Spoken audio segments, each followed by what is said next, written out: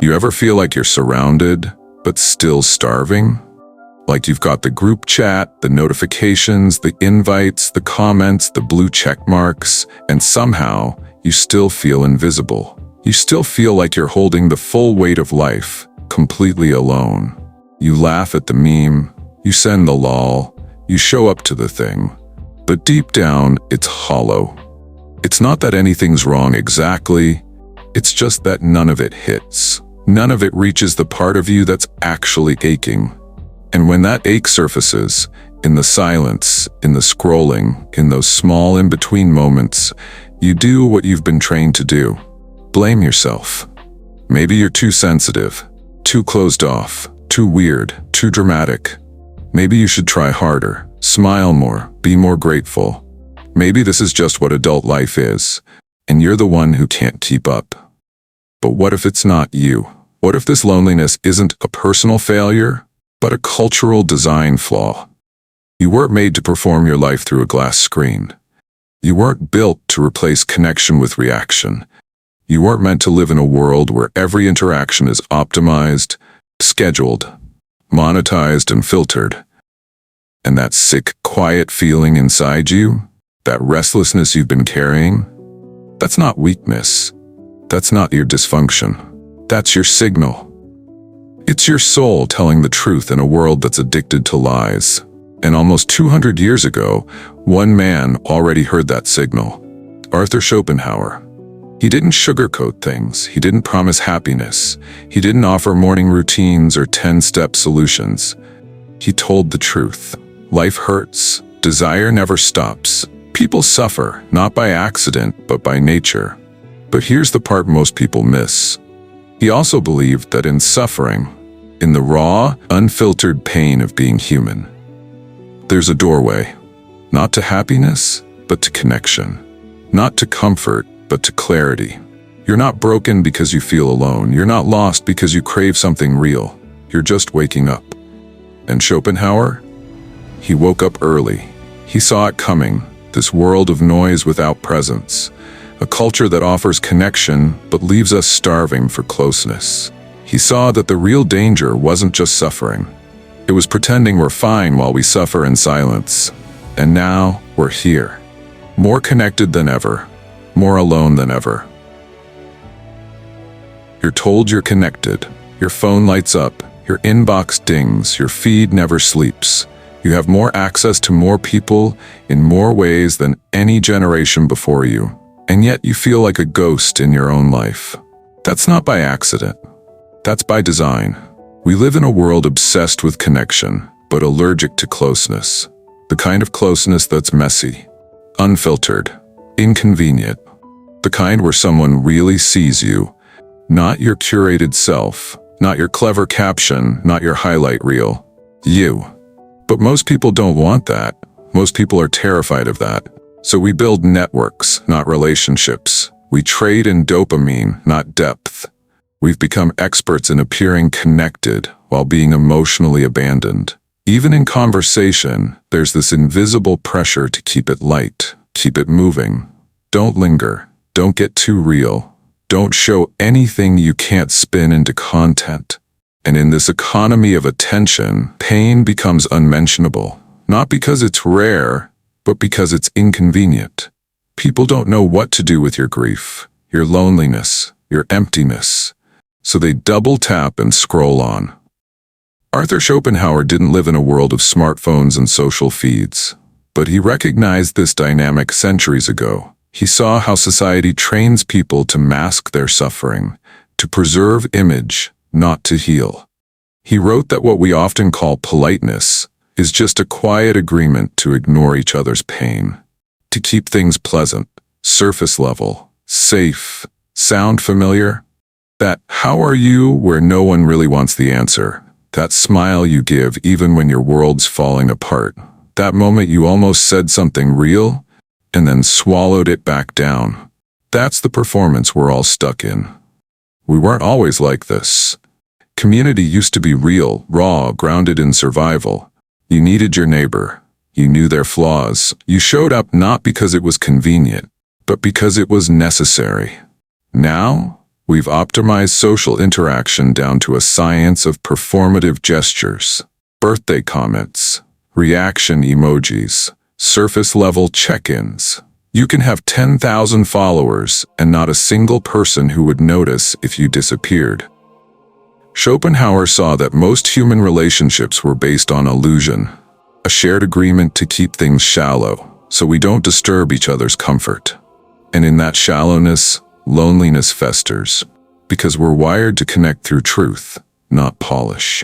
We don't bond through perfection, we bond through pain, through vulnerability, through being witnessed in our most unguarded, unedited states.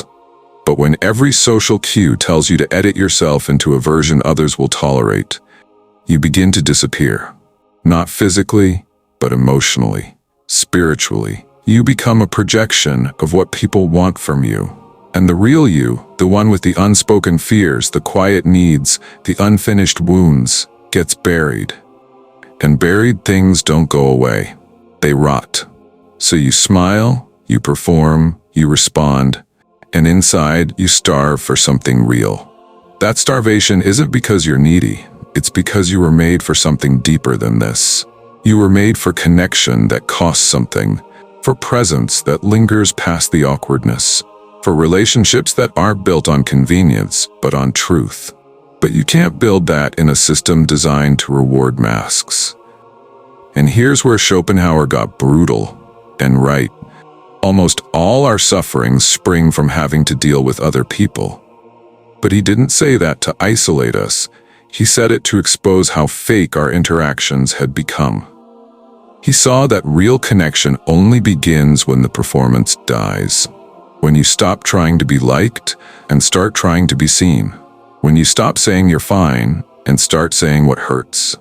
Not to everyone, just to someone. Because the truth is, you don't need the whole world to understand you. You just need one person who sees behind the mask and stays. We say we're lonely, but most of us aren't actually alone. We live in cities, share rooms, go to jobs, text constantly, hear noise all day long. So what are we really starving for? It's not company. It's connection. It's recognition. It's someone actually seeing you and not flinching. Loneliness isn't measured by how many people are around you. It's measured by how much of you is unseen and how long you've gone without being understood. And here's the brutal part.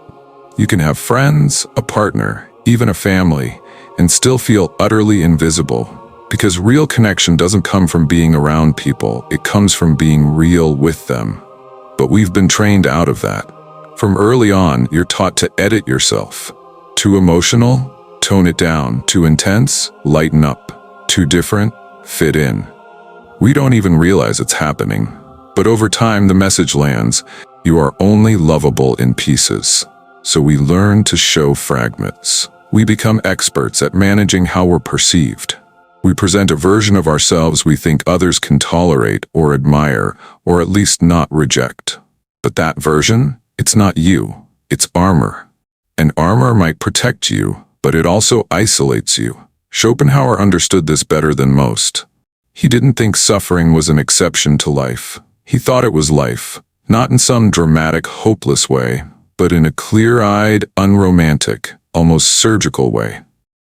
He called it the will, this blind, restless force inside every living thing. It keeps us chasing, craving, striving, not because we're greedy or broken, but because that's the engine of existence. We want what we don't have. We suffer when we don't get it. And when we do get it, we suffer still. Because the satisfaction fades, and the craving starts again. It never stops. So what does this have to do with loneliness? Everything. Because in a world built on craving, people become tools, means to an end. A way to feel better, safer, more powerful. That's what most relationships become. Transactional, strategic, masked. You're not really being with someone, you're managing them. Playing roles, meeting expectations, avoiding discomfort. And in all that managing, the real you never gets to show up. The soft, scared, messy, aching parts, they get buried. And buried things don't vanish, they fester. So you sit there, surrounded by people who know you, but don't know you, and you wonder why you still feel like you're dying inside. That's not a glitch in your system. That's the system. We live in a culture that rewards appearances and punishes vulnerability. That says, share your truth, but only if it's marketable. That tells you to speak up, but only if it makes people comfortable. And Schopenhauer saw the cost of this long before the rest of us caught on. He believed that most people don't want to confront the truth of their own suffering, so they drown it in distraction. And when they see it in someone else, they look away. Not because they don't care, because they don't want to feel it. But the irony is that shared suffering, that's the only thing that ever really connects us. Not shared interests, not shared status, not shared opinions, shared pain. That's the thread beneath it all. The thing that makes us drop the mask.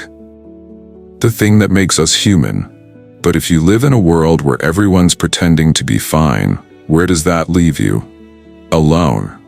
Not because no one understands, but because no one's allowed to admit they do. And this is where loneliness becomes more than a feeling. It becomes a prison. Because the moment you start hiding your pain to protect other people's comfort, you lose your last lifeline to real connection. You convince yourself no one would get it. No one would stay. No one else feels this way. But they do. They just haven't said it out loud yet. They're waiting, like you, for permission. And here's what Schopenhauer offers, if you're brave enough to hear it. You don't escape loneliness by running from suffering. You escape it by owning it, not performing it, not romanticizing it, but facing it and letting someone else see it. Not everyone will. Most people won't. But the ones who do, that's your real community.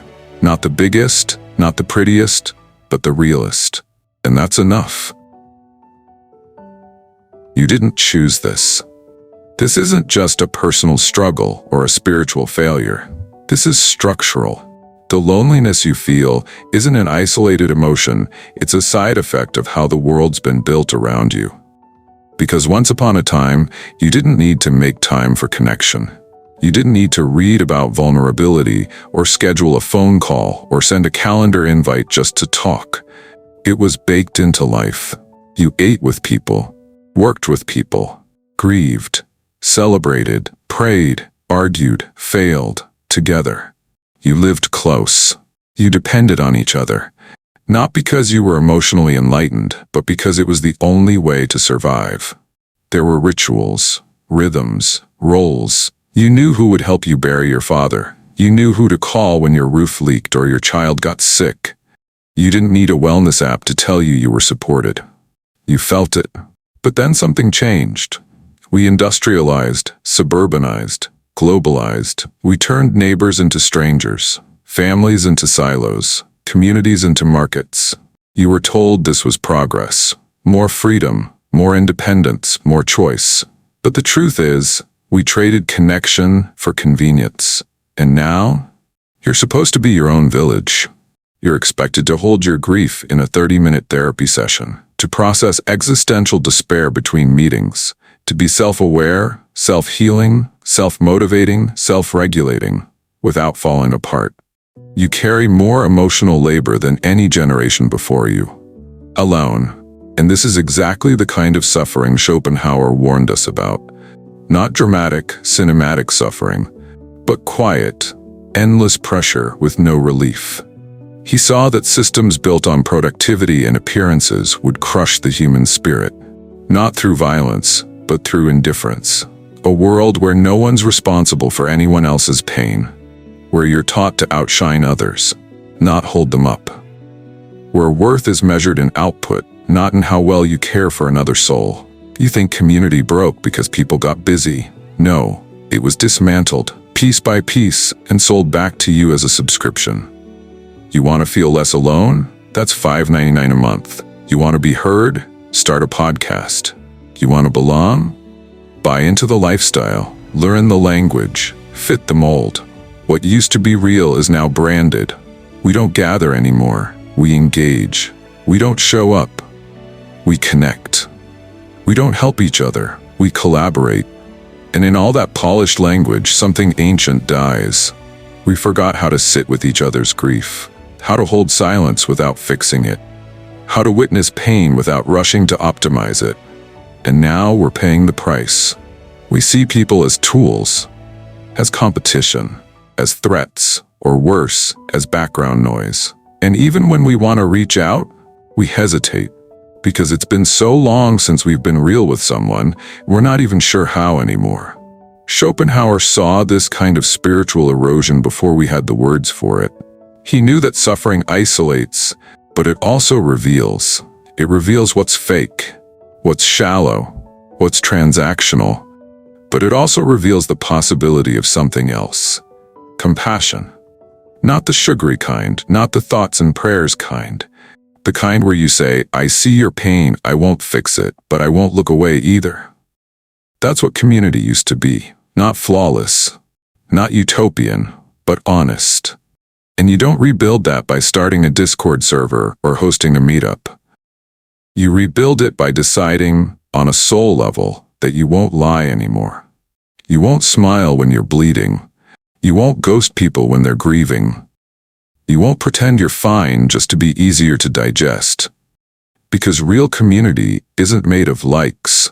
It's made of people who carry your name inside them when you're too tired to carry your own. It's not easy, it's not fast, it won't be pretty, but it's necessary. Because this system we're living in, it's not built to hold you. And the longer you pretend it is, the more it will break you. Schopenhauer didn't offer a solution.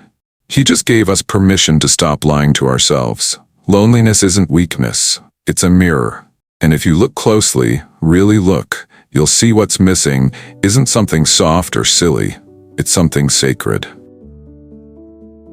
So what's left? If the system doesn't care, if connection's been stripped, monetized, and dressed up as branding, if your grief doesn't fit anywhere, what do you do with the ache? You stop trying to escape it. You stop trying to solve it.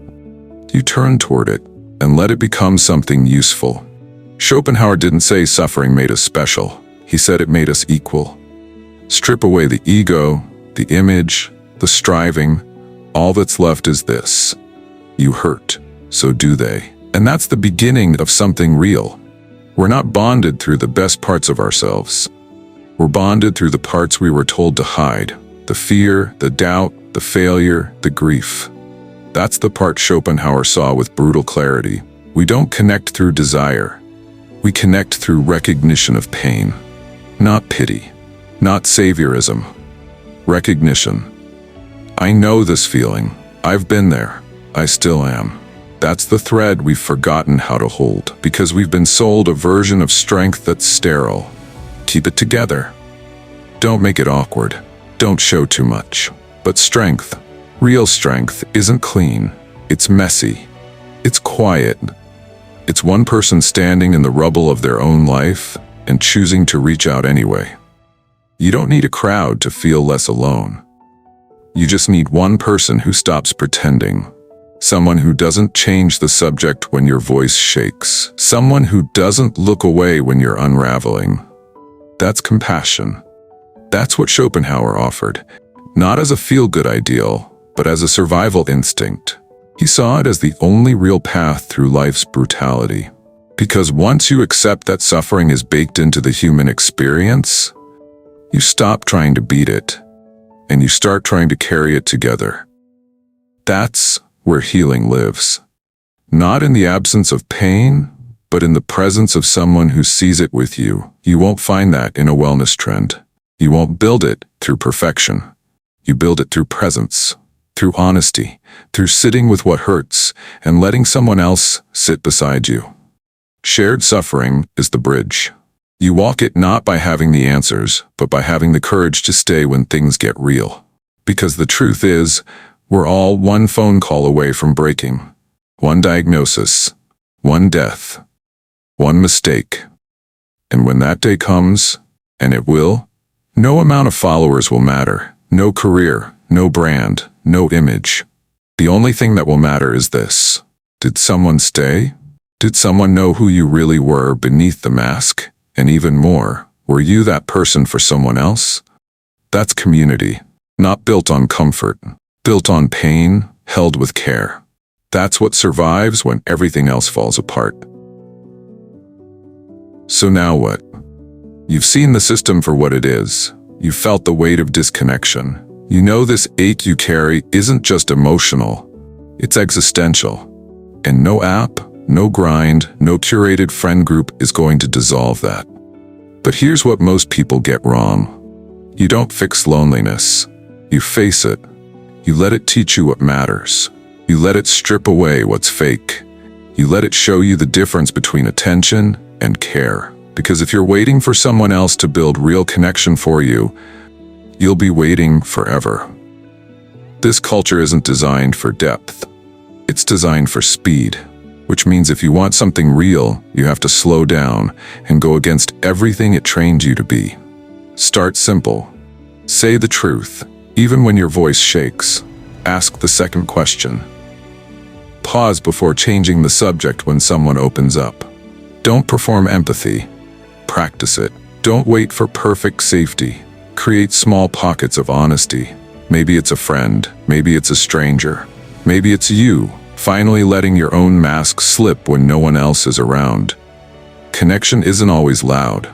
Sometimes it looks like staying in the awkward silence. Sometimes it's just not leaving.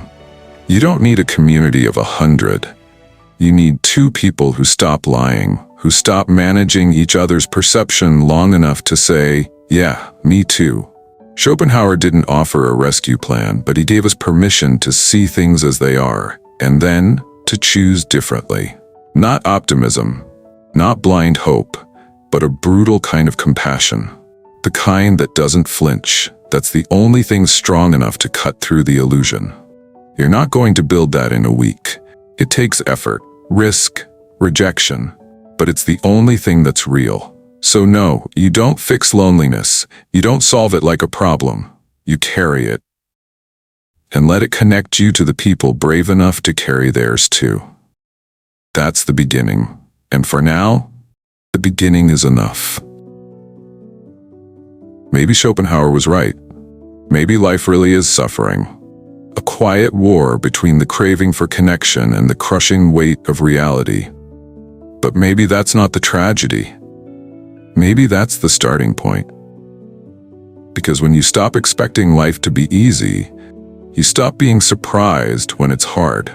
You stop blaming yourself for being in pain. You stop trying to be perfect, perform strength, or chase happiness like it owes you something. You start looking for something else. Something quieter, something truer. Not comfort, but clarity. Not validation, but witness. Not crowd approval, but one honest, steady hand. Loneliness isn't your flaw. It's your proof that you still know what real connection is supposed to feel like. So no, you're not broken. You're not too much. You're not too cold, too distant, too emotional. You're just human, in a world that's forgotten how to hold humanity. And that ache you carry? It's not something to numb or fix or push through. It's the thread. The one that might lead you to someone else carrying the same weight. Quietly, privately, waiting for permission to say, I've felt that too. So maybe don't chase the noise today. Maybe don't scroll past the ache. Maybe just sit with it for a second longer than you usually do. And if this said something you've been trying to put into words, do something with it. Like it. Share it. Subscribe if you want more of this. Not out of habit. Out of alignment. If it helped you, maybe it'll help someone else who's still quiet about the pain. Loneliness isn't the enemy. Silence is.